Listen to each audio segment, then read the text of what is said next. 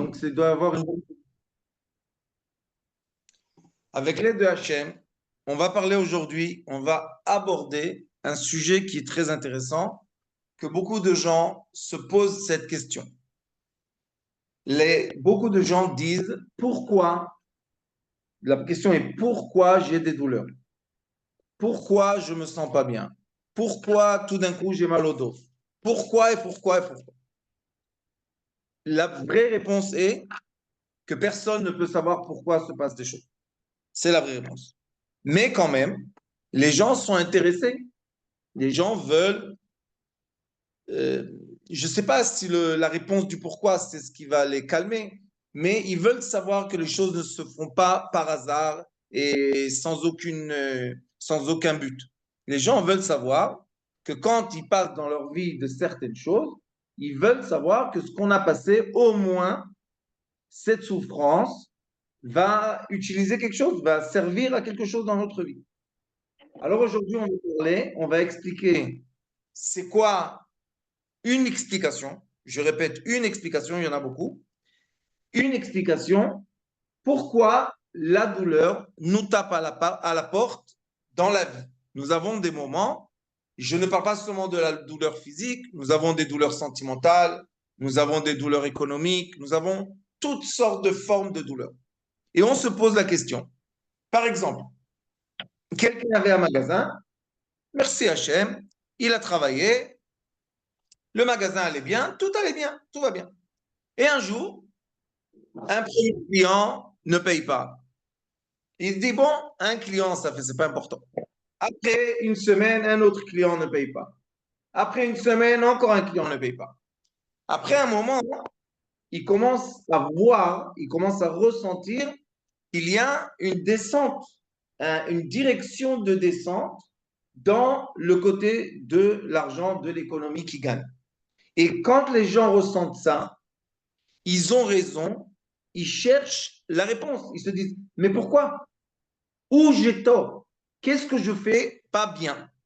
Pour que ce que je fais pas bien, ça c'est l'éducation dans laquelle on vit malheureusement dans l'Occident, je ne fais quelque chose de pas bien, donc je suis puni.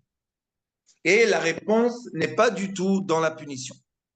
La réponse est dans un autre domaine que chacun de nous sait qu'il est écrit que la sagesse, on l'acquit seulement quand on a passé à travers. Bonjour Madame Azouz, comment allez-vous? La sagesse peut être acquise seulement quand on a passé à travers des expériences. Il est écrit En chacham keba nisayon. Le sage, c'est quelqu'un qui n'est pas un savant qui sait beaucoup de choses, mais quelqu'un qui a expérimenté une certaine situation dans la vie, et quand il a passé à travers cette situation, il a dévoilé qu'il a acquis une grande sagesse. C'est pour ça que quand on va aller consulter quelqu'un, on préfère consulter quelqu'un qui a beaucoup d'expérience que de consulter quelqu'un qui a beaucoup de connaissances. La grande différence est que la connaissance qui n'a pas été mise dans l'épreuve de la vie, c'est très très joli, mais ça peut être aussi de la philosophie qui veut rien dire. Mais l'épreuve, les gens qui ont vécu des choses, ceux qui ont beaucoup d'expérience, ils vont vous dire, tu sais, moi j'ai vu ça, moi j'ai vécu ça, moi j'ai été comme ça, moi j'ai sais ça. Et je vais vous donner un petit exemple parce qu'on vit dans une génération très intéressante. Je ne sais pas si vous savez, mais dernièrement, quand je parle dernièrement, peut-être 2 mois, dès qu'ils ont libéré l'intelligence artificielle aux êtres humains, aux clients normaux, au peuple, il y a beaucoup de hackers qui ont développé des logiciels. Et je ne sais pas si vous savez, mais quand on regarde aujourd'hui des feuilletons, des films, des TikTok, etc., beaucoup de fois, on ne voit pas des vraies personnes. Et maintenant, il y a tout un monde entier qui est un monde imaginaire qui n'existe pas vraiment. Vous savez qu'il y a des femmes, des mannequins, qu'elles sont devenues très, très riches, millionnaires. Elles n'existent pas. C'est des designers qui les ont fait. Elle n'existe pas. Cette femme n'a jamais né Elle ne va jamais mourir. Elle peut rester la même chose 50 ans. Donc, il y a un problème qu'on est en train de vivre la superficition. On est en train de vivre quelque chose qui n'existe pas, mais qui nous influence. Donc, cette période aussi de l'humanité, c'est pas pour rien. C'est pas pour gaspiller notre temps et gaspiller notre esprit. On est en train d'acquérir une expérience. Et vous allez voir que les enfants qui vont grandir dans cette expérience, ils vont être différents de nous, ma génération, et ils vont voir, ils vont comprendre, ils vont avoir une sagesse que nous, on n'a pas pu avoir parce qu'on n'a pas vécu une enfance tellement envahie d'informations qui ne sont pas des informations d'êtres humains. Je répète, ce sont des informations qui sont programmées par des logiciels. Ce n'est pas des vraies informations. Et dans la Torah, j'y pensais parce que malheureusement, j'ai été piraté dans mon téléphone et j'ai été piraté d'une certaine façon que Dieu nous en préserve, ils ont mis dans mon téléphone des choses. J'ai montré à mes élèves, je leur dis, comment j'enlève tout ça? Ils m'ont dit, Rav, c'est pas humain, c'est des logiciels qui font ça. Je leur dis, oui, mais moi, j'appuie, delete, enlève, bloque. Tu bloques ici, dans 5 minutes, tu l'as dans l'autre. Tu bloques dans l'autre, dans 10 minutes, tu l'as dans l'autre. Alors, ils m'ont dit, Rav, c'est plus des êtres humains. Il n'y a plus là-bas, report to Facebook, dis à Facebook que cette personne t'envoie des mauvaises choses. Facebook, il peut parler avec de l'air, il n'y a personne là-bas. Alors, j'ai pensé que toute cette situation, elle est venue nous enseigner quelque chose de très important. Écoutez ce que disent les sages. Dans la Torah, il est écrit Al pishtaim edim yakum davar. Pour qu'on ait un témoignage de quelque chose de réel, il doit y avoir deux personnes, pas une.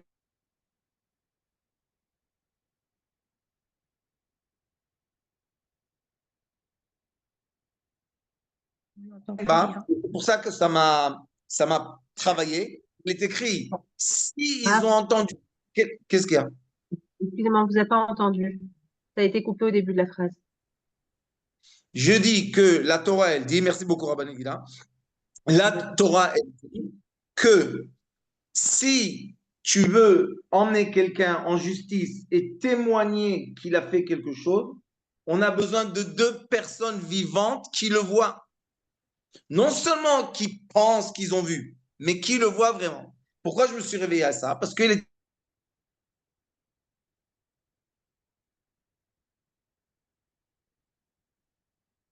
Ça coupe, hein.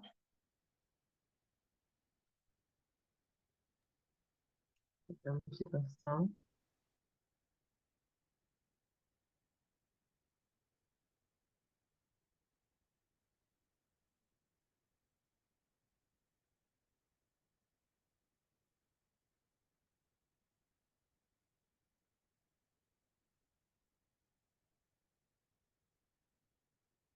Il n'y a pas de son. Attendez une petite seconde.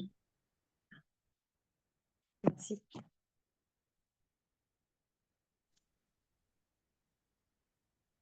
Voilà, vous commencez. Ah, ça là, c'est bon, je suis là, je suis de Oui, retour.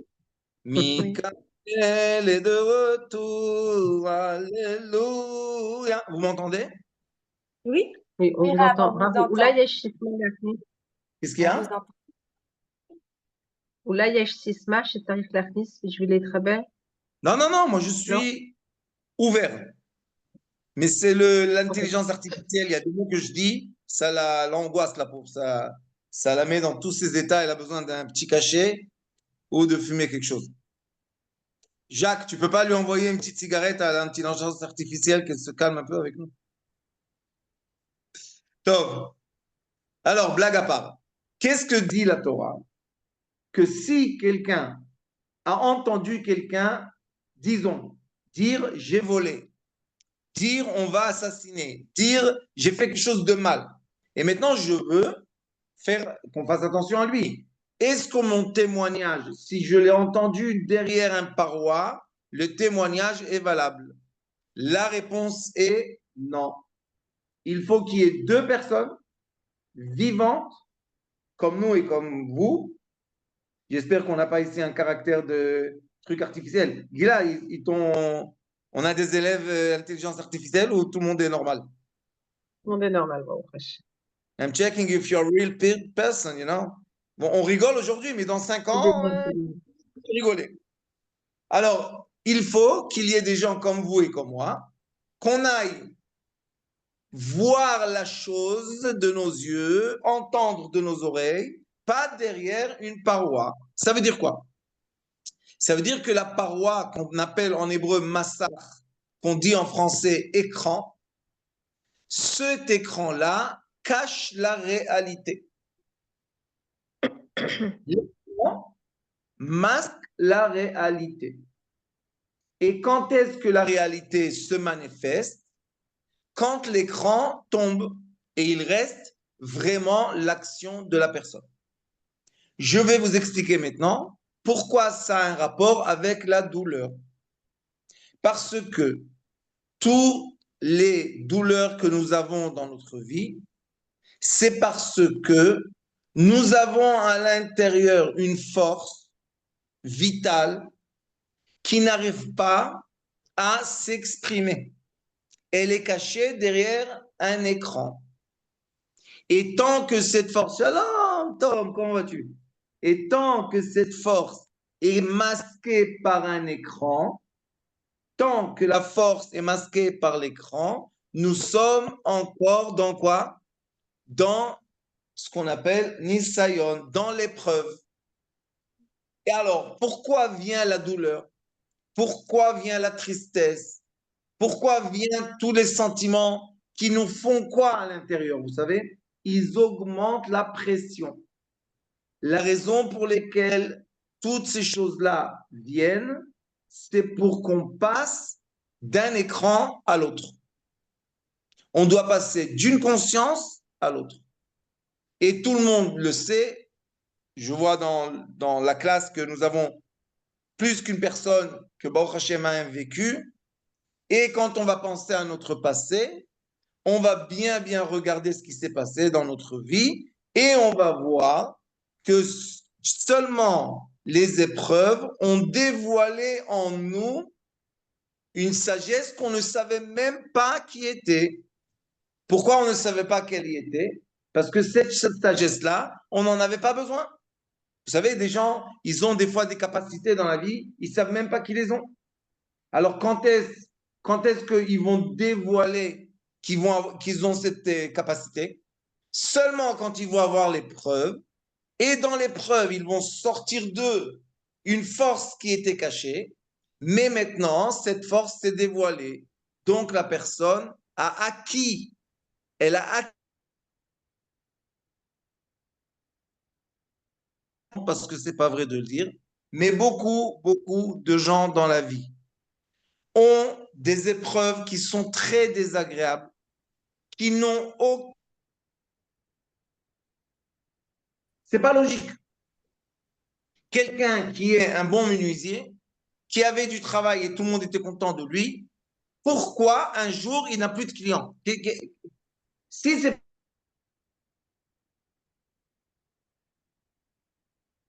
Ça coupe, hein? Ah,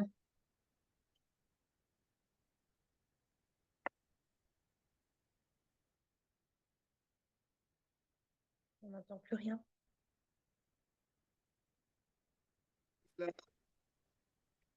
מה קורה היום עם הטלפון הזה?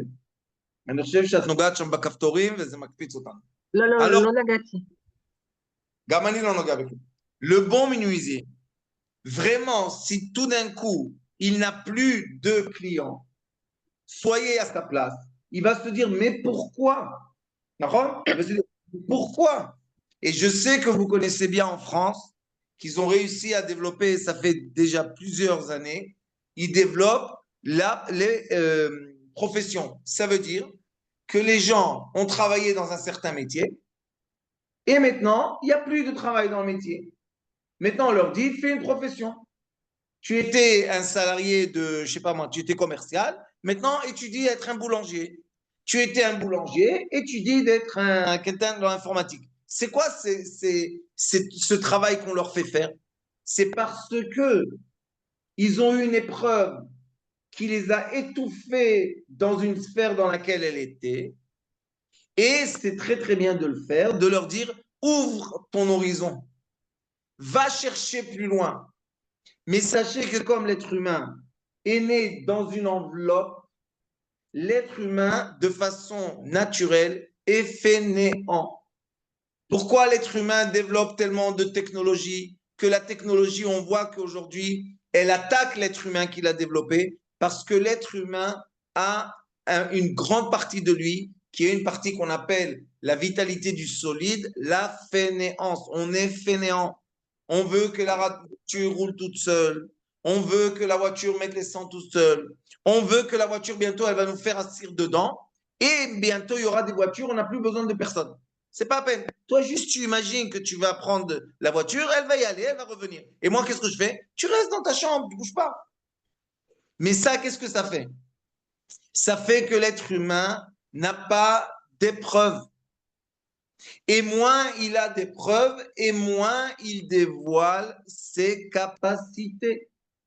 Et c'est pas pour rien que tous ceux qui étudient l'anthropologie disent que ça fait déjà des années que l'humanité occidentale régresse, elle va en arrière dans la capacité de l'être humain. Et qu'est-ce qui va en avant? La technologie va en avant. Et on vient d'un monde que dans ce monde-là, nous sommes dans un monde polaire. L'Occident développe la fainéance et la capacité des robots et de la technologie. Et l'Orient développe la capacité de l'être humain. Ça s'appelle la technologie de l'être humain. J'ai eu la chance d'écrire plusieurs livres dans ce sujet avec quelques docteurs que j'écrivais avec eux en Israël. Qu'est-ce qu'on fait? On développe l'être. Moi, ce que j'enseigne, c'est le développement de l'être. Pourquoi? Parce que même si maintenant, tu es dans la voiture la plus Tesla que vous voulez au monde, mais il y a une situation que tu dois réagir. Si je t'ai endormi pendant des années et que tu ne sais même plus réagir, tu sais que la voiture est toute seule, malheureusement, un accident peut finir ta vie. Mais si tu es resté quelqu'un qui est éveillé et qui ne compte pas sur la technologie, tu pourras t'en sortir de cet accident.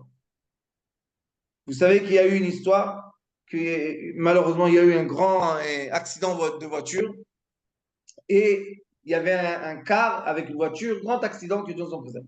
Et il y avait là-bas un monsieur, un jeune, qui a été éjecté du car. Et ils l'ont cherché, ils ne l'ont pas trouvé.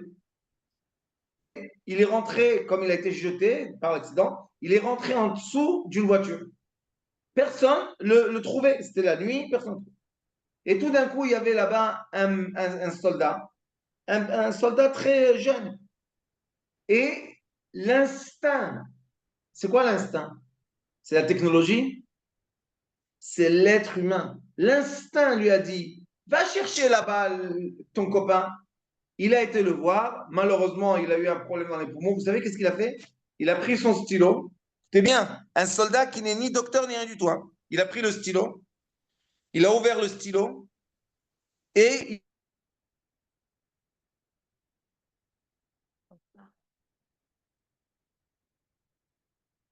On n'entend pas. On n'entend pas. et vous m'excusez aujourd'hui, l'ordinateur n'arrive pas à me supporter. Ça fait rien, je t'aime, tout va bien. Alors qu'est-ce qu'il a fait, vous savez? Il a ouvert le stylo, il a enlevé, il a eu comme ça, il a percé un soldat. T'es quoi, t'es un docteur, t'as pas peur? Rien du tout. Il a percé le poumon et il a fait découler le sang. Vous savez que les docteurs à l'hôpital lui ont dit, si tu n'aurais pas fait ça, il serait mort. Question. Question, une vraie question. Tu es fou, quoi? Qu'est-ce que tu fais? Tu es fou? Qui t'a dit de faire ça? Où tu as étudié ça? Il a dit, je ne sais pas, j'ai senti que je le fais. Ça, écoutez-moi ce que je vous dis. Ça, c'est l'être humain. La capacité de l'être humain. la connexion que l'être humain a avec le savoir d'au-delà et bien au-delà de tout ce qui est mesuré et tout ce qui est enveloppé dans une écorce. Et comme je vous ai dit la semaine dernière, on avait parlé de l'homme de peau, de l'écorce et l'homme de lumière. Nous sommes tous, à la fois des êtres humains enveloppés dans un corps limité et à la fois nous sommes des êtres de lumière hors limite. Et tous ceux qui sont dans l'audience et qui ont des sens, l'intuition, des choses comme ça, malheureusement, dans le monde de la technologie, on ne n'en veut pas de ces gens-là. Pourquoi on n'en veut pas? Parce qu'on n'arrive pas à les comprendre. Mais dans le résultat, dans l'absolu, est-ce qu'ils avaient raison ou pas? Ils ont raison. Alors qu'est-ce qu'on fait? On est devenu une société occidentale. Au lieu de augmenter et de cultiver la capacité de l'humain, qu'est-ce qu'on fait? On étouffe l'humain, on le rend fainéant et ignorant, et on le remplace par des robots et par des technologies. Je ne sais pas si vous savez, mais il y a déjà quelques compagnies dans le monde. Avant, il y avait un très grand métier dans le troisième monde qui était le métier de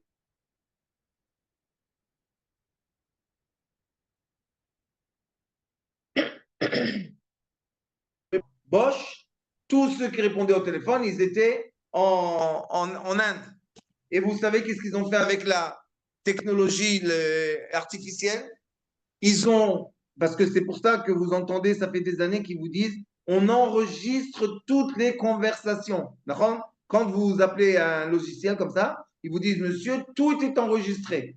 Pourquoi c'est enregistré? Pour être capable de copier le comportement de l'être humain. Aujourd'hui, vous appelez les grandes compagnies, il n'y a personne qui vous répond. Il y a Il y a des centaines de millions de gens qui ont perdu leur travail. J'ai entendu, je fais une parenthèse, j'ai entendu une fois un monsieur qui était le ministre de l'Éducation en France, quelqu'un de très intelligent. Et ce monsieur-là a fait comme un brief. Il a expliqué l'évolution de la technologie et il avait parlé là-bas qu'aujourd'hui, l'intelligence artificielle dans la médecine donne.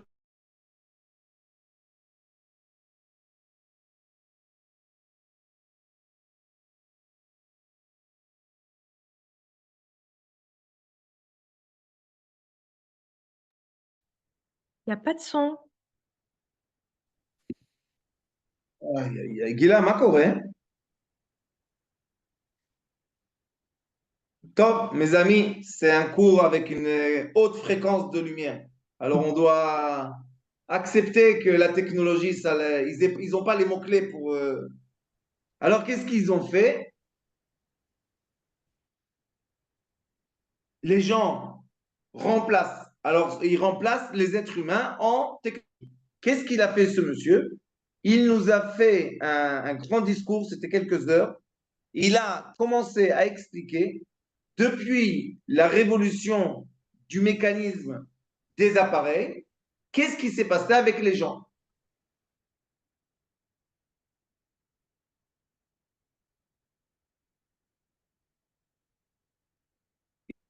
Donc, l'être humain sera toujours dans le.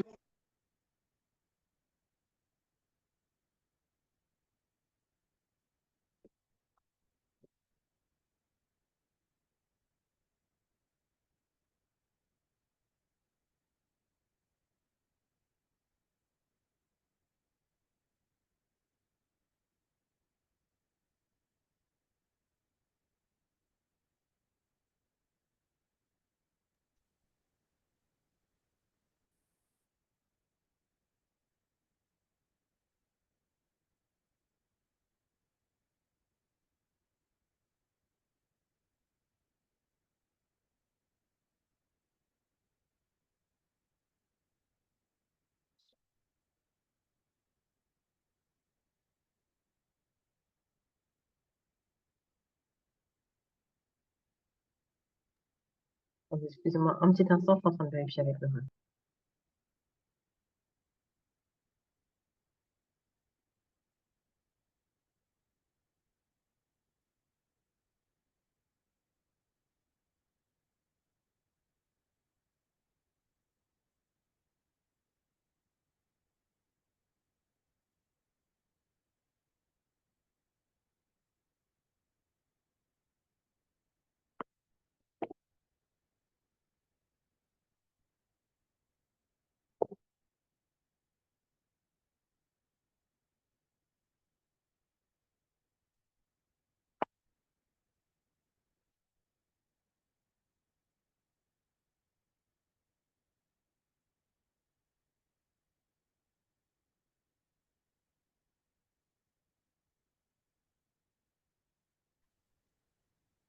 Je m'excuse, mais aujourd'hui, la technologie ne veut pas de mon discours. Qu'est-ce que je peux faire?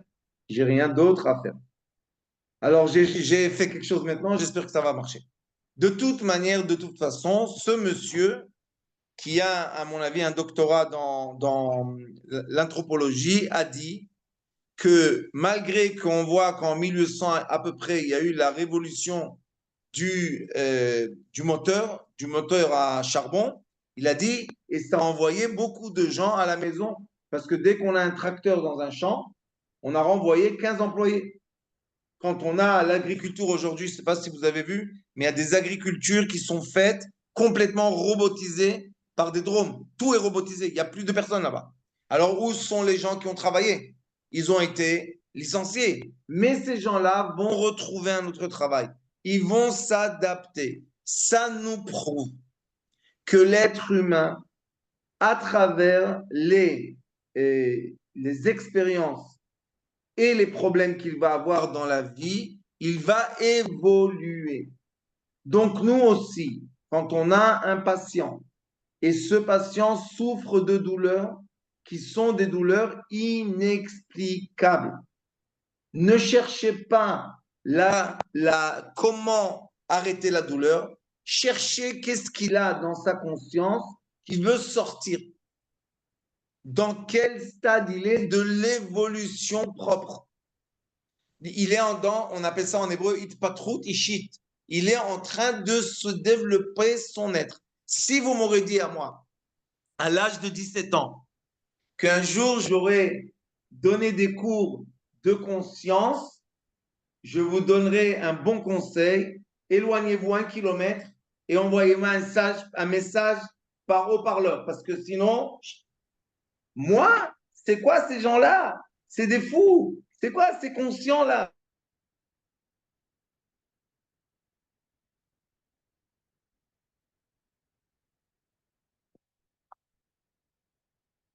Ce n'est même pas une question pour moi. C'est sûr que je préfère donner des cours.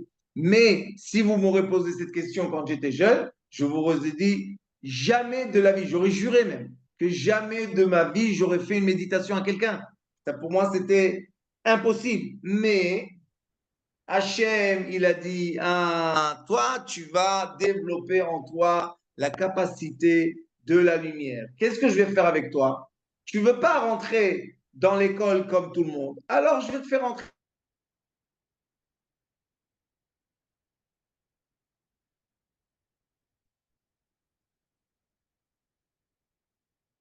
avec nos forces contre.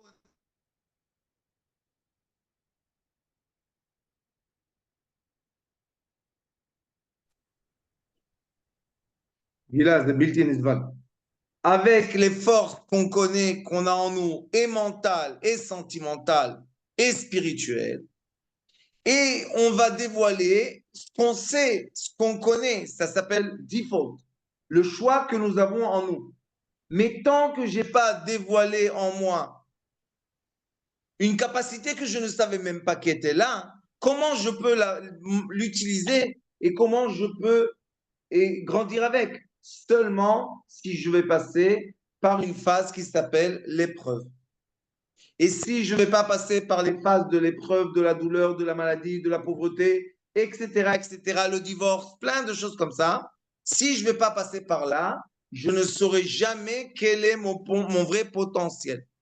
Donc, Une des raisons pour lesquelles les êtres humains souffrent, ce n'est pas une souffrance juste pour souffrir parce que personne n'est sadiste, c'est pour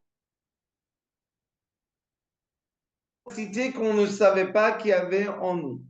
Le plus tôt j'accepte d'étudier la nouvelle position et m'élever ma conscience, le plus tôt la douleur va me quitter. J'ouvre une parenthèse. Les sages de la Kabbalah disent que la douleur sur la personne. Pourquoi nous avons mal à l'épaule? Parce qu'il y a un ange qui tient, qui serre le muscle, ça fait mal. Pourquoi j'ai mal quelque part? Parce qu'il y a un ange qui le fait. C'est quoi un ange dans l'étude de la Kabbalah? C'est de la lumière. On est rentré dans un champ électromagnétique. Dans ce champ électromagnétique, il y a eu des lumières qui sont contraires à notre logique et à notre pensée.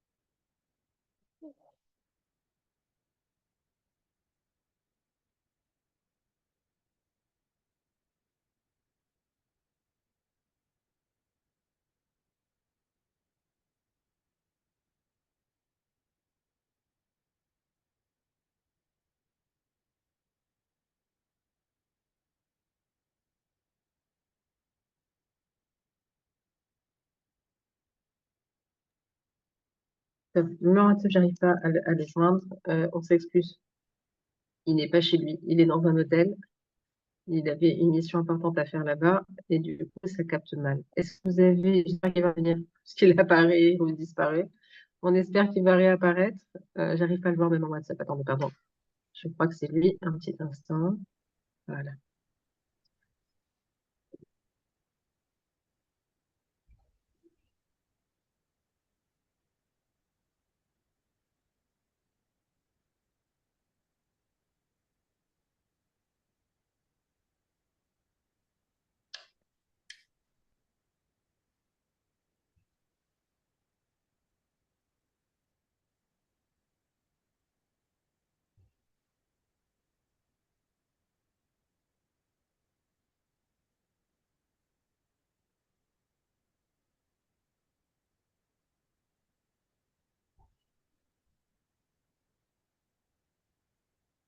Il m'a envoyé un message qu'il essaye de rentrer. Je le vois, je l'ai accepté, mais apparemment, ça ne monte pas. Attendez. Non, ça ne monte pas, ça redescend. Top. Et il m'a demandé si vous aviez des questions, de répondre aux questions. Est-ce que quelqu'un a des questions? Est-ce que c'était clair pour tout le monde? Oui, il a donné des réponses à des questions auxquelles je n'avais pas de réponse, non? Pardon, j'ai pas entendu ce que vous avez dit. J'ai dit, il a donné beaucoup de réponses à certaines questions que je me posais depuis Pas mal de temps. voilà. Donc, ça éclaire plein de choses. Oui, oui, ça répond à beaucoup de choses. On est d'accord.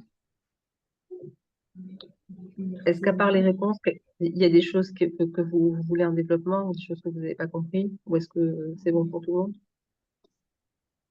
Oui, Myriam. Je t'écoute. Bonjour. Bonsoir. Bonsoir, Bonjour. Guilla. Bonsoir. Je Bonsoir. réfléchissais à la Shérina. La Shérina, est-ce qu'elle peut souffrir, la Shérina qui est à l'intérieur de nous? Elle souffre Alors, je quand on traduis parce souffre. que je suis pas sûre que tout le monde sache c'est quoi la Shekhinah. La Shekhinah, c'est la présence divine. Ouais. Comment la Shekhinah, elle peut souffrir? Je Bah, comprends pas ta question. par exemple, quand on a, euh, on a une douleur dans le corps, c'est un manque de circulation du sang, peut-être, ou C'est plutôt pas de un manque. lumière, plutôt, ouais. Et est-ce que la Shérina, elle aussi, elle souffre, la présence divine? Non. Alors, on va séparer deux choses. La présence divine, elle se retrouve où dans le corps? Ben, dans le Quelle cœur, peut-être? partie de l'âme? L'âme, elle est où? Au niveau du cerveau? Non. Oui, Au niveau du cœur? Cœur ou cerveau? Les autres, vous dites autre chose? oui, l'âme, à ce niveau-là. Au niveau de la fontanelle? Oui. D'accord. Quelqu'un a une autre idée? Du J'écoute, hein. cœur? Je dis j'écoute. Alors, le cœur, c'est une partie du reflet de l'âme. Maintenant, selon nos sages, s'il y a ne serait-ce qu'un tout petit endroit où la lumière divine ne passe pas, l'endroit ne peut pas bouger. Dans Il est l'hypophyse, complètement non? paralysé. Dans Même l'hypophyse, pas dans l'hypophyse, partout. Il n'y a elle est pas une partout. seule petite parcelle du corps où l'âme ne passe pas. Encore une fois, si ça passe pas, ça ne bouge pas. Quelqu'un qui se casse une jambe, dans la jambe, on dit qu'il n'y a pas de circulation d'énergie au niveau de la lumière. Ça veut dire que l'âme circule dans toutes les petites cellules du corps de façon illimitée. Il n'y a pas une cellule qui n'a pas cette lumière. Encore une fois, quand on a une douleur ou si on se casse quelque chose ou qu'il y a une pathologie, est-ce que ça veut dire que la lumière n'existe pas dans cet endroit-là ou est-ce que ça veut dire que la lumière a été bloquée ou ralentie? Elle a été bloquée. Alors, Ralentie. soit c'est un trop plein de lumière, soit c'est un manque de lumière. Ça, le Rav expliquera dans quel cas c'est un trop plein, dans quel cas c'est un manque. Mais elle est partout, à part encore une fois quand il y a ces pathologies. Maintenant, quand on parle de Shekhinah, de présence divine, est-ce que l'âme, c'est de la présence divine? Ou est-ce que l'âme est composée de différentes choses et pas juste de présence divine? Quelle est la définition d'une âme? L'âme, elle est composée de différentes choses, je pense. Donc, c'est pas que de la Shekhinah, c'est pas que de la présence divine. Si on faisait un dessin, effectivement, une partie de l'âme, c'est vraiment une partie du divin, on est d'accord, mais une partie de l'âme, c'est mon identité, c'est ma mission et c'est ma famille d'âme. Si on faisait un dessin avec des couleurs, il y aurait plusieurs couleurs différentes. Il n'y a pas une seule présence et une seule identité. Même si on est d'accord que du moment où c'est Hachem qui crée les âmes, chaque âme a une identité bien spécifique qu'il a créée, mais avec des composantes, une lumière et un aboutissement qui est différent. Donc tout est sa lumière, mais avec entre guillemets des données qui sont différentes. C'est par rapport à la mission qu'on a, certainement. On est C'est tous. par rapport à l'identité qu'on a, par rapport à la mission qu'on a et par rapport à la famille d'âme d'où on vient. Il y a des Ouais. familles d'âmes qui sont faites, par exemple, les indigos, ceux qui ont vu les cours sur les indigos, qui sont les Bnei Yosef et qui sont des gens très connectés au niveau spirituel. Ils sont dans le changement et ils sont venus pour dévoiler une grande partie de tout ce qui est spirituel en termes de messages et aider le monde à avancer en termes de spiritualité. Les gens qu'on appelle la tribu d'Yehuda, qui est une autre tribu, qui sont plus cartésiens, sont venus pour dévoiler une certaine rigueur et un certain cadre. C'est un exemple, d'accord? Selon l'identité qu'on a en tant qu'âme, on n'a pas du tout la même mission, donc on n'a pas la même lumière, donc on n'a pas la même répartition au niveau de l'âme, de notre lumière et de notre mission. Ouais. Chacun a une identité spécifique qui est totalement différente, juste ça va selon des familles d'âme, et selon les familles d'âme, il y a un trait de caractère bien spécifique que cette famille d'âme doit transmettre. Après, il y a la spécificité de la personne qui est unique, et après, il y a la façon dont elle va vivre sa mission jusqu'à l'aboutissement de sa mission. Chacun, selon, entre guillemets, la dose, si je peux dire ça comme ça, d'énergie et d'espace dont elle a besoin dans son action, elle va avoir une présence divine et une âme qui va être différente. Après, la question est comment elle va l'exploiter, comment elle va se connecter à son âme, comment elle va aboutir, ça c'est encore d'autres questions. mais on parle du point de départ par rapport à qui on est et comment on aboutit. Quel est l'espace de Shekhinah, de présence divine chez chacun? C'est la même. Comment chacun la vit, c'est personnel à chaque âme, à chaque personne, c'est personnel selon son système nerveux, selon son système émotionnel, selon avec qui elle est venue dans ce monde. Il y a beaucoup de critères après qui font que c'est pas, on peut pas donner une réponse, c'est toute une étude autour de ça. Mais juste pour finir de répondre à ta question, si je comprends que oui, on a tous dans notre âme une partie du divin, si je rentre dans un silence intérieur et que j'écoute ce silence-là, je ressens la présence divine. C'est juste une question d'écoute de soi. Et si j'arrive à être dans le silence, c'est pas une question est-ce que la présence divine est là ou pas. C'est une évidence et c'est marqué clairement dans la Torah. La question est est-ce que j'arrive, moi, selon mon existence, selon ce que je fais dans ma vie et selon mon positionnement, à écouter, à ressentir cette vibration, à transmettre cette vibration autour de moi. Et entre autres, dans l'étude de la thérapie lumière, une partie de ce qu'on étudie, c'est ça. C'est réussir à être à cette écoute, réussir à exprimer et réussir à faire ce qu'on a à faire dans ce monde grâce aux outils que j'ai moi personnellement en tant qu'être, parce que la mission qu'a chacun, personne d'autre ne peut la faire. Exactement. Et une partie vient de ce que je ressens aussi par rapport à mon identité. Mais si une partie de mon identité est voilée, ou que je ne ressens pas mon âme, ou que je ne ressens pas qui je suis vraiment, malheureusement, beaucoup de gens passent à côté de ce qu'ils sont. Pour un problème de conscience ou d'écoute, et c'est tout un travail, entre guillemets. Ceux qui sont spirituels, c'est pas une question, c'est une évidence. Mais après, il faut quand même avoir, on va dire, la marche à suivre pour réussir à se connecter comme il faut du bon côté et comment avancer au maximum par rapport à son potentiel. Oui. Oui, et je pense que cette période, elle est tellement, depuis quelques années, entre les guerres, tout ce qui se passe dans le monde, c'est une période qui est tellement compliquée qu'il y a beaucoup d'interférences et que de plus en plus, les gens ont du mal à se connecter, à écouter ce côté-là. Mais quel que soit ce qui se passe à l'extérieur, ça touche pas à l'intérieur, jamais. C'est juste que c'est comme si on met la musique un peu trop fort et que c'est un peu plus dur d'écouter ce qu'il y a à l'intérieur. C'est tout. Il faut plus se concentrer pour être dans le silence, mais ça bouge en aucun cas ce qu'on a à l'intérieur de nous. Donc, il faut se mettre un peu plus dans le silence et Oui, pouvoir il faut plus chercher le silence. C'est plus capter. compliqué, mais il faut plus. Oui. Ouais, c'est compliqué. Non, oui, c'est peut-être plus compliqué dans une période comme celle-là, mais quand on l'atteint, on ressent que le silence est d'autant plus grand. Dans les périodes où il y a une tempête autour, quand je rentre dans le silence c'est encore plus fort et encore plus grand. Il faut juste que j'arrive à y rentrer. Ça, je suis d'accord. Ou c'est peut-être plus compliqué. Mais du moment où je comprends qui je suis et je sais comment rentrer dans le silence, même si ça met un peu plus de temps ou qu'il y a un peu plus d'interférences, quand je me suis trouvée, je me suis trouvée. C'est comme l'adresse où je sais repartir systématiquement, il n'y a pas de doute sur ça. Et il faut surtout pas en douter. Parce que dans les périodes de tempête, on nous remet en question de est-ce que c'est possible de re-rentrer dans son silence ou est-ce que c'est pas possible? C'est toujours possible. Mon identité, personne ne peut m'enlever. La question, elle se pose pas. La question, elle est au niveau de mon esprit, de ma concentration, de mon cerveau et de ma conscience, de mon être. Est-ce que j'arrive à mettre ça de côté pour réussir à dépasser toutes ces interférences et tous ces parasites, pour réussir à continuer à rentrer dans le silence malgré tout ce qui se passe? Ça, c'est une autre question. Et je pense que c'est beaucoup une question de conscience, de volonté et d'émouna, ça veut dire de compréhension que dans tous les cas, si j'ai confiance en Dieu et que je comprends que c'est lui, quel que soit ce qu'on passe dans le monde, ça fait partie du projet divin. Alors moi, je bouge pas de mon positionnement avec moi-même, avec mon âme, avec Hachem. Je ne dois pas bouger. Les tempêtes, elles font bouger, malheureusement. Elles font bouger pas mal de personnes. Il faut pas bouger. C'est pas simple, mais il faut pas bouger. À l'inverse, il faut encore plus se renforcer. Si ça bouge beaucoup, c'est qu'on doit être d'autant plus fort et d'autant plus dans le silence, pas l'inverse. C'est peut-être pas si simple, mais c'est sûr que c'est pas l'inverse qu'on attend de nous. C'est d'être encore plus dans le silence, encore plus d'éclairer, encore plus d'aller où il faut, du bon côté, pour encore plus éclairer qui on est par rapport à notre âme et avancer. Parce que si quand il y a la tempête, tout le monde coule, ça y est, c'est bon.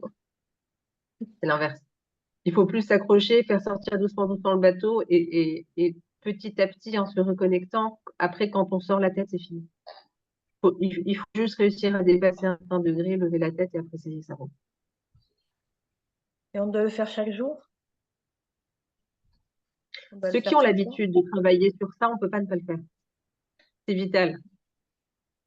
C'est vital parce que si entre guillemets, on perd notre connexion ou qu'on s'éloigne de nous-mêmes, la tornade, elle est trop forte en haut. Donc, je connais pas tout le monde. Ezrat Hachem, on va faire doucement, doucement connaissance.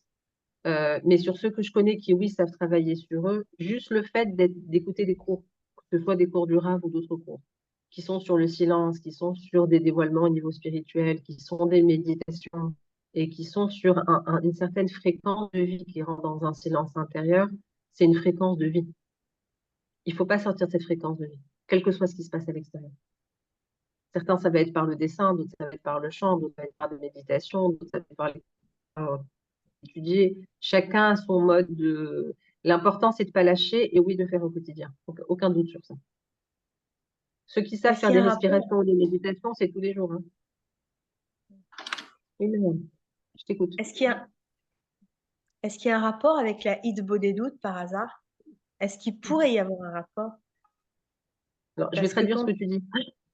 la La- Hidbodedut, c'est quand on s'isole avec Hachem et c'est un moment très très calme, il n'y a pas de bruit, on est isolé de tout et on parle avec Hachem. Est-ce qu'on peut dire, certaines... Est-ce que c'est ça? Certaines personnes ont besoin de rentrer dans ce mode-là pour parler avec Hachem et pour écouter cette Shekhinah, pas tout le monde. Ça veut dire que certaines personnes même ont besoin d'être dans une fréquence de prière ou vraiment de connexion pour pouvoir entrer dans le silence. Et d'autres personnes, encore une fois, ça va passer par une méditation, ça va passer par une mélodie, ça va passer par il y a des gens par la danse qui, physiquement parlant, rentrent dans un certain degré de silence et qui arrivent à rentrer. Chacun a son mode de connexion et son outil de connexion. Ceux qui passent par la prière, personnellement, ça me paraît plus logique où c'est un c'est pas de la moment qui est prière, déjà réservé à la connexion avec Dieu, et dans ce moment de connexion, alors chacun où il va et comment il se connecte. Mais ça, c'est très personnel, il n'y a pas une réponse. Je pense que chacun doit trouver son mode où il sent qu'il arrive au maximum d'être dans un silence intérieur où on ne peut pas le perturber et on ne sort pas de cet état-là. Ça, chacun doit trouver ce qu'il y a de plus efficace dans son cas. Dans ce qu'on étudie, le Rav il va expliquer plusieurs outils pour se connecter. Et après, chacun va voir selon ce qu'il est. Mais je pense que de ce que je connais, en tout cas de la majorité de la classe, vous avez déjà des outils. Vous avez déjà on a des déjà outils. Maintenant, chacun a déjà un certain outil. Euh, le Rav, il va vous enseigner d'autres outils, il va vous enseigner d'autres fréquences et un degré de silence où après, on n'a plus besoin d'outils. Ça veut dire que c'est comme un son qu'on a l'habitude d'entendre. Après, on n'a plus besoin d'allumer la musique pour l'entendre. On ressent les vibrations avant de mettre la musique. C'est déjà en nous. D'accord? Et il y a un degré où c'est déjà en nous, on n'a plus besoin d'allumer. Ça se travaille, mais oui, de toute façon, c'est une partie de nous qui existe et qui vibre tout le temps. C'est pas quelque chose d'extérieur qu'on va chercher, c'est nous. Juste le problème, c'est qu'il y a beaucoup de bruit autour de nous, donc on n'arrive plus à l'entendre. Mais c'est nous. On ne exact. devrait pas aller chercher ce qu'il y a en nous. On devrait juste écouter et ressentir. Mon âme, c'est moi, pas quelqu'un d'autre. C'est la partie spirituelle qui est en moi, mais c'est moi. Alors oui, mon corps est plus lourd dans ce monde. Nos sages disent qu'il y a 90% d'obscurité et 10% de lumière. Les 90% d'obscurité, c'est mon corps, c'est ma conscience, c'est le mauvais penchant, c'est entre guillemets la pesanteur du corps qui bloque au niveau de l'âme. Donc c'est sûr qu'il faut faire un travail pour que le corps soit moins lourd et ressente l'âme. Parce qu'on dit que dans ce monde-là, dans ces 6000 ans-là, c'est l'obscurité qui a le droit de dominer. À la fin des 6000 ans, on passera dans une autre ère où ce sera la lumière et ce sera autre chose. Pour l'instant, on est dans les 6000 ans où l'obscurité a le dessus. Donc, on est encore dans une phase où il faut prendre sur soi, il faut faire, entre guillemets, un effort et un processus pour ressentir le côté spirituel et le côté divin. C'est pas inné, naturel. Il nous Mais plus reste on encore travaille, plus c'est quelque chose qui vient naturellement. 100 ans à peu près. Hein. On est en 5785. Hein. Donc, si tu vas Au jusqu'à 6000, maximum. ça fait encore 215 ans. Hein, tu vois? Donc, ça fait Ça beaucoup. veut pas dire que ça n'arrive pas avant. C'est le Oui, maximum. oui, oui. Le maximum, oui, oui. Mais je C'est comprends le quand tu dis maximum. dans les 6000 ans, parce que moi, j'en parle toujours aussi, de ces cycles de 6000 ans. On est dedans. Bon, on se Oui, je sais. rapproche de la fin. On a fait pas Non, mal quand même sur les 6000. non, on Donc, se on a bien rapproche. avancé, je pense. Non, on se rapproche d'une fin, pas de la fin, d'une fin. C'est pas pareil. D'une fin. Oui, ce sont des D'une cycles. fin. Voilà. On est Oui, d'accord. oui. Pas de la fin, ça fait toujours peur. On dit la fin du monde. Non, la fin d'un monde, sûrement, mais pas la fin du monde. Exactement. Il C'est n'y a la pas un monde. différence. Voilà. Entre deux lettres, ça peut faire une grosse différence. Oui, C'est pour oui, ça oui. que C'est j'aime la bien fin, quand tu c'est la dis fin de aussi cette évident. phase. Voilà, oui, oui. La phase que de C'est toute la manière, fin qui est d'une écrite dans phase. la Kabbale, que Hachem a décidé, et on doit la subir de toute manière, comme il expliquait, on doit être dans cette douleur pour après, et peut-être que nous, on est juste là pour être des déclencheurs de demain. On a notre mission, c'est d'arriver à ce que demain soit mieux, même si on ne le vivra pas. Tant pis, c'est pas grave. On aura fait Et notre. on prépare l'autre génération aussi. Oui, Et si c'est je ça. peux me permettre, on ne doit pas vivre la souffrance. On doit vivre la lumière et le positif qu'il y a derrière l'épreuve. C'est pas pareil. Ah oui, oui, mais ça, il faut la comprendre après.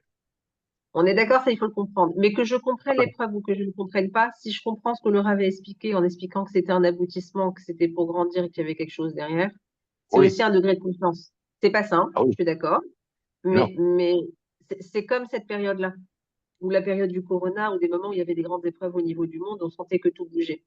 Il y a ah oui, voir l'épreuve, et il y a voir, et au niveau spirituel, plus l'obscurité est grande, il n'y a pas d'obscurité en soi. Toute obscurité, c'est une lumière qui est voilée. Plus hum, l'obscurité est grande, plus ça veut dire que la lumière qui est voilée est grande. Donc, oui, si dans Ouais. cette épreuve, je vois la lumière qu'il y a derrière, elle est très grande, elle est gigantesque. Donc, ça c'est ça clair. dépend dans quel tu me connais.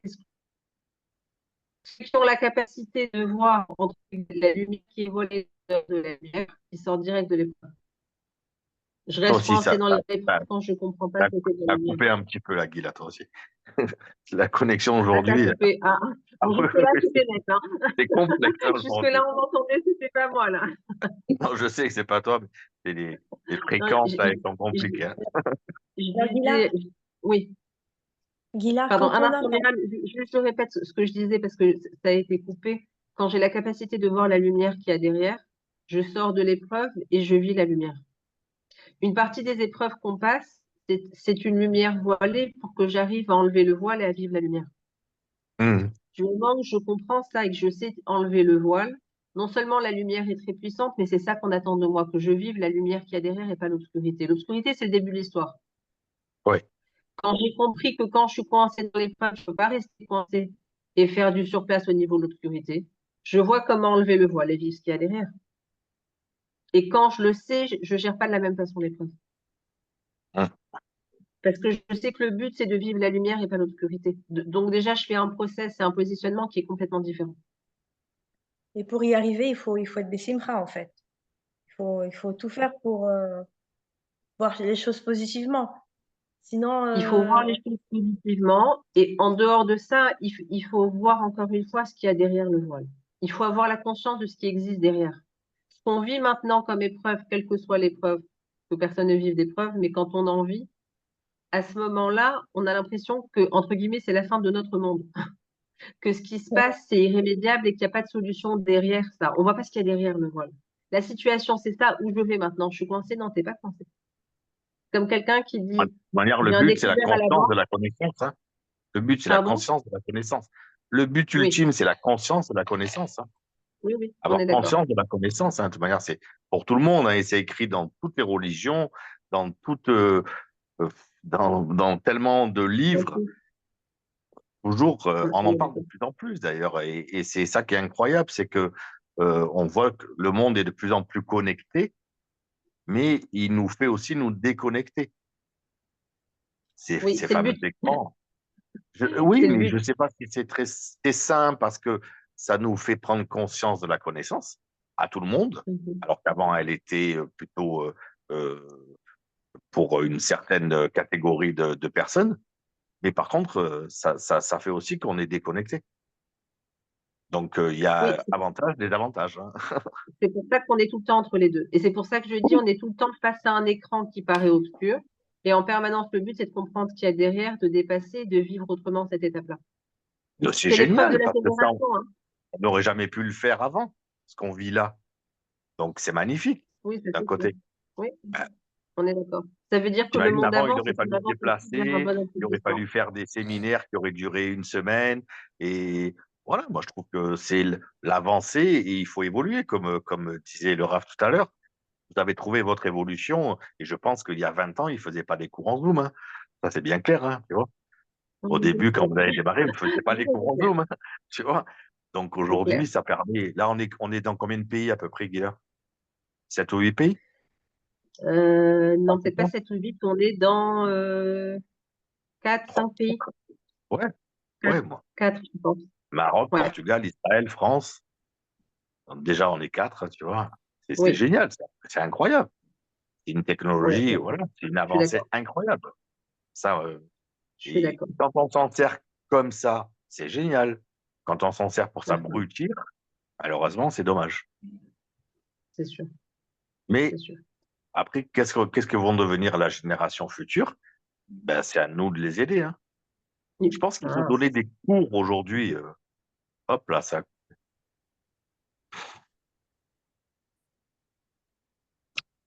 Non, ben, ça a coupé pour tout le monde, hein. Il n'y a plus rien. Je crois qu'on va en rester là pour aujourd'hui. Ah non. Oh non, Myriam, elle a Oui, dit non, c'était trop intéressant. oui, c'est ça. Moi, Est-ce Il y en que je aura peux d'autres. poser une question?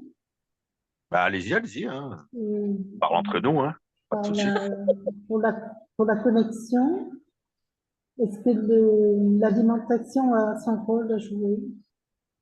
Dans la La connexion et façon, tout, oui, dans son, oui, pour se connecter, comme le parlait Myriam, pour atteindre connecté à soi-même. oui. Est-ce que Oui. l'alimentation a un rôle Est-ce que là, important? c'est le mot qui manque. L'alimentation, la façon de se nourrir. Ah, la façon de se nourrir. oui. Ah Oui, Ah, oui. oui, je pense que oui, c'est pour ça qu'il y a la cache-route, hein, d'un côté, hein, qui oui, existe voilà. depuis des années. Mhm. Ça a un Après, impact. aujourd'hui, il y a une Un autre gros. façon de se nourrir, Ouais. qui Il y est a, c'est un arrivée gros. aussi, hein. Oui. Ouais. Ouais. Mais ce qu'on mange aujourd'hui et tout ce que tout le monde veut nous faire passer pour du bio et pour de la Mhm. nourriture saine et tout ça, c'est ce qui a toujours existé, sauf qu'on nous prend pour des idiots un petit peu, excusez-moi, hein. Je sais pas si tout le monde est d'accord, hein. Mais c'est ce que nos arrière-grands-parents mangeaient et on nous dit aujourd'hui, il faut que ça soit du bio. Mais oui, mais ça existait avant, sauf qu'on a tout détruit et maintenant il faut revenir aux choses primaires presque, pour l'alimentation primaire, l'alimentation qu'on a toujours eue. Mais l'alimentation, c'est une médecine, oui. Les Chinois, d'ailleurs, nous, en Europe, on fait de la médecine curative, alors qu'en Chine ou en Occident, ils font de la médecine préventive, vous voyez. Mhm. Donc, l'alimentation fait partie d'une médecine, sûrement. Sûrement. Après, je suis Ouais. pas assez calé là-dessus parce que moi, je suis Mhm. un bon mangeur, mais Mhm. oui, ça y Ça joue. n'empêche pas hein, d'être un bon mangeur et manger sainement. Et ça, Sûrement, ça y joue. Maintenant, il y a, je sais pas s'il y a d'autres façons. Je suis pas assez calé là-dessus, on va dire. ça Non, y mais contribue. la nutrition, c'est quand même un équilibre, hein, aussi. Voilà. Mhm. La Ça fait, nutrition, ça fait c'est partie quand d'un même. équilibre. Mhm. Tu as été coupé toi aussi, Guilla? Non, je m'excuse, là, j'avais plus de batterie. C'est un problème de Ah, connexion, d'accord, c'est ok. un problème de batterie. Ce que je vous Ok. propose, je m'excuse. Si vous avez encore Bah, des questions, je vous écoute. Sinon, on on va parlait remettre à la entre semaine nous, prochaine. là. Le RAF sera chez lui, ce sera plus simple, il pourra donner un cours plus long. Et je vous écoute. Si vous avez encore d'autres questions, je suis là. Moi, j'ai Ouais. peut-être une question encore, Gila. Quand on a des douleurs dans le corps, c'est un manque de lumière ou c'est un trop plein de lumière? Je... Les douleurs, ça dépend. Ça dépend. Il y a des douleurs qui viennent par un trop-plein d'une certaine situation. Mhm. Et il y a des Ah, douleurs qui viennent dans un autre état d'esprit, c'est ce que je dis. Je ne peux pas donner la réponse parce que c'est tout un processus et tout un raisonnement qu'on va expliquer. Donc, je ne peux Et pas en 2 mots maintenant t'expliquer, mais ça dépend de différents éléments, dont le fait qu'il y a des douleurs qui sont, entre guillemets, un épuisement du cerveau ou du système nerveux ou du corps par rapport à une situation, et qui sont voilà. là, l'expression d'un il y épuisement. a Et Jessica il qui y a demandait, certaines douleurs où c'est pas ça, là, où c'est encore autre chose. il y a C'est pas Jessica un qui manque demandait de... quand on est C'est pas un cassé manque de... complètement, est-ce qu'on peut se reconstruire? Oui, Oh, un instant, je finis avec Myriam et je réponds à Jessica. pardon. Oui, Myriam, Ouais. pas de problème. C'est pas s'il te plaît, Gila, les douleurs, par exemple, c'est pas un manque de circulation, non, pas la circulation du sang, on va dire, c'est un manque de lumière qui passe dans tout le corps? Parce que peut-être que ça passe pas à certains endroits finalement. La douleur fait que le flux est bloqué, ça c'est sûr. Le flux est bloqué. Toute douleur, Les c'est un parois point bloquées. en termes d'énergie qui ne circule pas.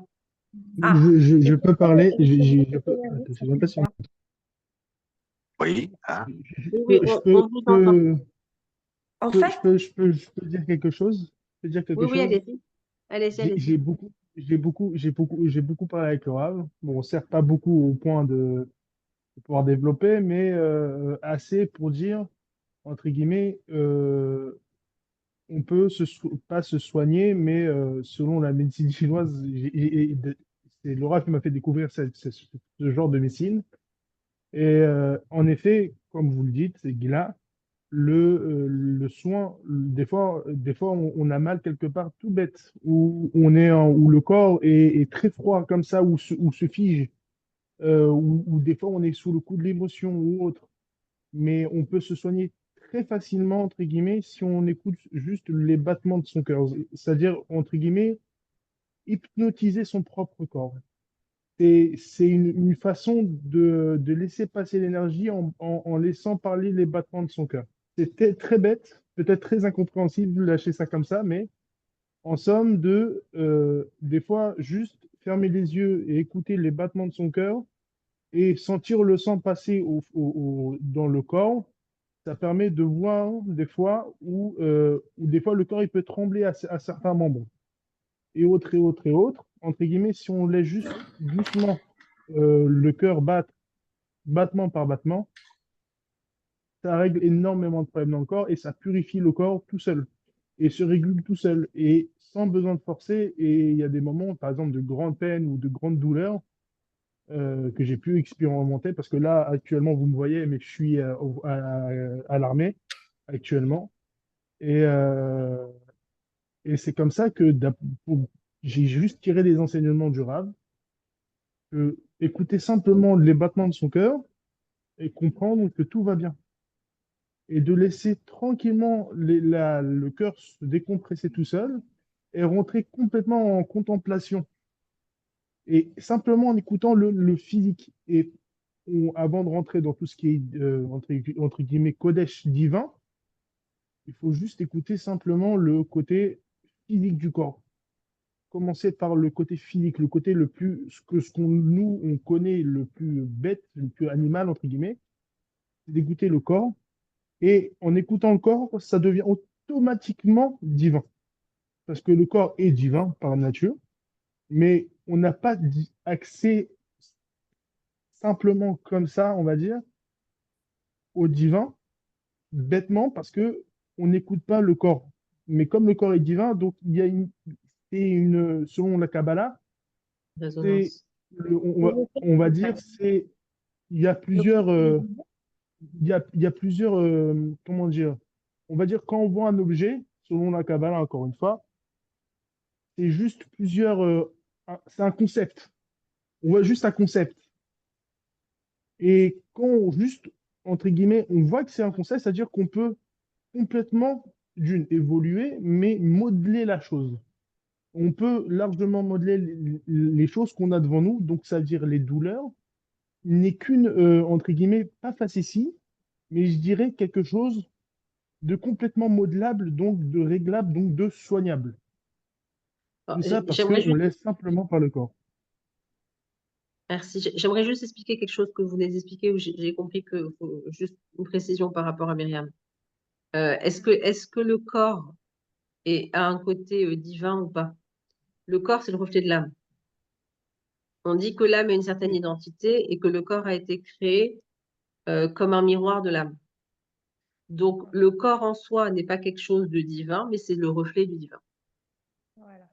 Et si on Oui. comprend qu'à l'intérieur du corps, on a la lumière divine et qu'on a l'âme, alors le corps est le véhicule du divin. Voilà. D'accord?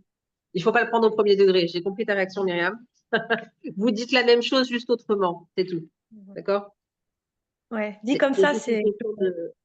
C'est juste une question de formulation. Mhm. Maintenant, pour répondre à la question de Jessica, J'ai pas vu tout le message, mais j'ai compris que la question c'était qu'est-ce qui se passe pour les épreuves que les personnes n'arrivent pas à dépasser, c'est ça? Oui? Ok. Et qu'est-ce qui se passe à quel niveau? Tu parles du côté spirituel ou du côté physique? Tu parles au niveau du corps physique? Oui. Ok. Il faut comprendre quelque chose, c'est que quand je passe une épreuve, c'est spirituel ou c'est dans le monde physique? Dans quel monde je passe l'épreuve? En haut ou en bas? Spirituel. Non, Toujours spirituel? non, pas de souci. Alors, on va faire un peu d'ordre dans ça. L'épreuve, est-ce que c'est en haut qu'elle démarre et en bas c'est un reflet? Ou est-ce que c'est en bas que ça démarre et après il y a un reflet en haut? C'est en haut, Tout ce ça que je vis démarre. en bas existe d'abord dans le monde divin. Mhm. D'accord? Ça veut dire qu'il n'y a aucune épreuve qui descend dans ce monde terrestre sans qu'elle ait existé au préalable dans le monde céleste. Donc, l'épreuve existe, on va dire que le décret est donné en haut,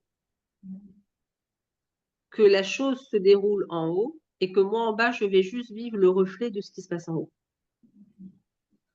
Est-ce que mon âme arrive à surmonter l'épreuve? Oui. Pourquoi? Parce que mon âme, c'est précisément pourquoi je suis en train de passer cette épreuve. Vu que l'âme fait partie du monde de la vérité, elle se pose jamais de questions. Elle n'a pas besoin de se battre ou de dépasser quelque chose. Elle est dans le niveau céleste le plus élevé, donc il n'y a pas de problème. Elle sait exactement ce qu'elle passe, pourquoi elle le passe et comment elle doit le passer. Donc au niveau de l'âme, tout va bien, il n'y a pas de problème. Le problème, c'est moi dans mon corps physique, comment je vais réussir à surmonter ce que mon âme est en train de passer. Parce qu'au même moment que mon âme passe différentes choses, alors on verra les différents, je ne veux pas rentrer trop en détail parce que ça risque d'être compliqué, mais c'est un degré de mon âme, c'est pas tout mon âme. Le côté le plus divin et le plus élevé, lui, ne passe jamais d'épreuve. C'est le côté qui est plus bas au niveau des mondes célestes. Il y a Nefesh, Ruach, Neshama. Nefesh, c'est la vitalité. Ruach, c'est l'esprit. Neshama, c'est le monde le plus élevé au niveau spirituel. Les épreuves, on les passe dans Nefesh, dans le côté de la vitalité, dans le corps physique. Neshama ne passe jamais d'épreuve. D'accord? Donc, en bas, dans le monde physique, il va falloir que je trouve une solution pour gérer ce qui se passe au niveau spirituel, mais ce qui est plus proche de moi. Quand je n'arrive pas à gérer une épreuve, ou quand l'épreuve me dépasse, ça veut dire que mon corps physique et que mon système nerveux n'ont pas les capacités physiques de gérer un certain message, une émotion ou une situation qui dépasse moi, mon système émotionnel.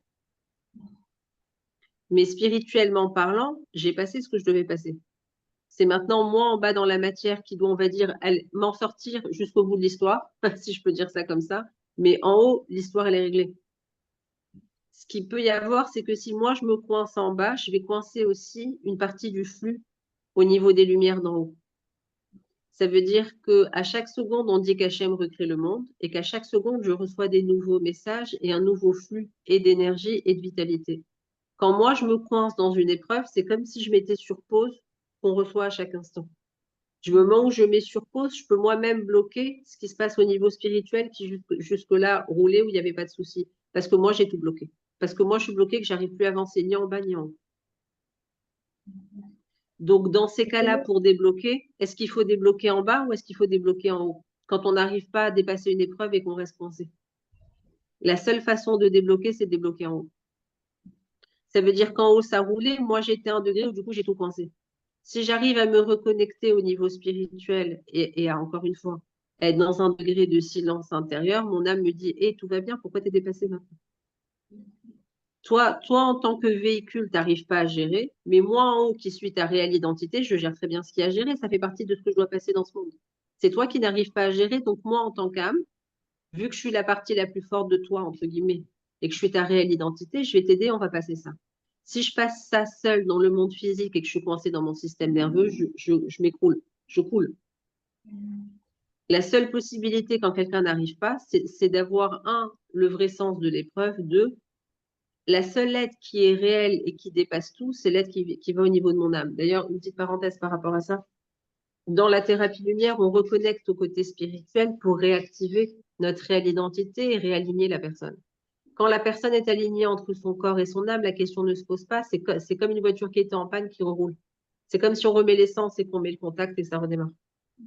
Je suis dépassée quand je suis plus connectée. Si je suis connectée à mon âme, je ne peux pas être dépassée par une situation. D'accord? Donc, c'est comme disait le Rav, à chaque fois qu'on soigne, on se soigne. Bien sûr, on se soigne, parce qu'en alignant l'autre, nous, on se remet en place aussi. On est obligé de s'équilibrer avant d'équilibrer l'autre. Sinon, on ne peut pas rééquilibrer l'autre. Ouais. Et Oui. après de se rééquilibrer parce que tu as des équilibres de soigner. Non. Il y a le principe du point zéro, où ça, c'est l'étude dans la deuxième année, où du moment que je suis dans un point de silence et dans le point zéro, je suis suffisamment préservée et équilibrée pour que tout ce qui est déséquilibré en face ne passe pas chez moi. Ça C'est me comme les crée une psychothérapeutes bulle de alors. protection. C'est comme, pardon? Les psychothérapeutes qui font une thérapie avant d'être thérapeute. Oui, si on veut. À part que là, c'est un équilibrage entre le corps et l'âme. Si moi, je ne suis pas alignée, si moi, je ne suis pas dans l'équilibre, je ne peux pas aider les autres, ça c'est sûr, aucun doute. Quelle que soit la discipline, mais là, pour Bien le sûr. coup, c'est un travail d'équilibre entre le corps et l'âme. Donc, on parle encore d'autre chose. Ok. On ne peut pas répondre à tout en une fois, mais Non, bien sûr. j'espère que dans ces réponses-là, pour que vous compreniez, un, où on va, deux aussi, beaucoup de gens sont dépassés par des situations en bas parce qu'ils ne comprennent pas le système de fonctionnement dans ce monde. En tout Si cas, je je trouve vis que que dans c'est le très monde agréable, physique, la bande d'épreuve, elle m'écroule. Hein. Pardon? très agréable ces séances de discussion qu'on peut avoir. Ça serait bien qu'on le fasse peut-être à la fin de chaque cours, si c'est possible, Guilla. Comme ça, on laisse le rap Alors, tranquille. oui, c'est ce que je disais, Bezrat Hachem, la semaine prochaine, on va débuter la formation normale. Donc, ça veut dire que normalement, moi, je suis censée commencer le premier cours et donner le cours de pratique, et le RAV doit donner le deuxième cours. Ouais. Dans tous les cours, le but, c'est que le RAV donne la théorie et que moi, je parle en termes de travail sur soi et de pratique. Ah oui, c'est agréable en tout cas qu'on puisse discuter entre nous et que chacun donne ses points de vue. Moi, je trouve Oui, ça agréable. Je sais pas les autres, mais moi, je trouve ça oui, oui. agréable. Et que chacun aille au bout du travail qu'il doit faire sur soi. Bien sûr. Très important. Parce que c'est une étude qui est magnifique, mais il y a tellement d'informations et de choses que si on ne concrétise pas, c'est très beau, mais on ne peut pas aller au bout de ce qu'on doit faire. Donc, c'est important, on en reparlera si tu veux la semaine prochaine, mais c'est très important que chacun, vous notiez les points clés qu'il faut travailler. Et moi, après, les points clés, je vous aiderai à les faire travailler avec certains outils, mais chacun, quand vous entendez, je sais que le RAV, il donne beaucoup d'informations. D'ailleurs, c'est ce que je disais, vous allez recevoir les supports écrits d'ici une semaine ou deux, avec les points clés. Dans les points clés, moi, je vous mets en rouge ce qu'il faut travailler, ce qui est travail sur soi en termes de travaux pratiques. Et après, on travaille certains points. C'est quoi le travail sur Euh, soi, Guilla? C'est quoi le travail sur soi qu'on a à faire? Par exemple, là, par rapport à Par ce qu'on a exemple. dit ce soir, tous les jours de travailler le silence. Que chacun trouve son point de silence et qu'il travaille tous les jours, jusqu'à ce qu'il atteigne un vrai silence. Mais c'est à quel moment de la journée? Ce que tu veux. Ce que Moi, je je pense veux? que c'est bien de le faire le matin parce on n'est pas trop fatigué, qu'on n'a pas eu différentes étapes, on va dire, de la journée. On est encore déjà dans le silence, normalement. Le matin, on est encore dans un certain degré de silence. Le soir, c'est pas pareil. On est plus fatigué. Il y a tout ce qui s'est passé la journée, c'est pas pareil. Mais déjà D'accord. là, on va dire, pour aujourd'hui, si déjà vous arrivez, encore une fois, je pense que certains le font déjà. Je pense qu'avec ce que vous avez entendu, il faut passer à une autre étape. Un Pour autre rentrer dans degré d'écoute de silence. Et comment on rentre dans le silence? Par la méditation? Écoute, Oui. si tu n'as pas l'habitude de passer par des techniques, écoute les méditations. Il y a les méditations du RAV sur Internet. Il y a entre autres la méditation du point zéro sur YouTube. Il y a 2 méditations du point zéro. Je cherchais Juste déjà. le fait, ouais, juste le fait de les écouter, ça rentre dans une fréquence de silence où du moment où on est dans la fréquence, on fait des respirations, on ferme les yeux et tout doucement, on sent qu'on rentre de plus en plus à l'intérieur. Déjà, si tu arrives à entendre et à changer de fréquence et à rentrer dans un degré de silence, tu as déjà changé de fréquence. Le but, au début, quand on n'a pas l'habitude, c'est déjà de changer la fréquence et d'aboutir à un silence que d'habitude je ne ressens pas. Les méditations qui fait le RAV, il les donne dans un rythme et dans une fréquence qui réveille l'âme et qui met le corps en silence. Donc, ça te met déjà où il faut. Très bien. D'accord? Donc, c'est un très bon début. On avait fait ça il y a. J'avais déjà fait une année de médecine lumière avec le RAV. Et on avait plus ou moins étudié ça, mais je sais pas, je suis un petit peu. Je sais plus trop bien par quoi commencer Très pour simple. rentrer Commencez par les méditations. dans le point Les- zéro. Avant de rentrer dans le point zéro, parce que aussi c'est une étude et des étapes et juste d'écouter les méditations et d'être dans un mode de réception. Dans la réception, ça va remettre en place déjà des choses. Juste, je précise, les gens qui passent des périodes difficiles ou des moments d'angoisse ou des moments qui sont pas simples, les méditations, ça peut emmener à pleurer ou à monter des angoisses. Il Oui. faut pas s'inquiéter. Le but, c'est justement de nettoyer et de pas laisser des choses qui sont pas bonnes pour nous. Donc, si j'entends et que ça m'aide à dégager des choses, il faut les dégager. Point. C'est positif. C'est faire sortir un mal qui était là que j'arrivais pas à nettoyer, tout simplement. Parce que quand mon âme entend certaines fréquences et qu'il est dans le silence, c'est comme si mon corps, dans ce degré de silence, ne peut pas supporter qu'il y ait des bouchons en termes d'énergie. Donc, naturellement, ça va faire bouger. Soit ça va faire bouger, soit ça va sortir, mais ça ne peut pas rester comme ça.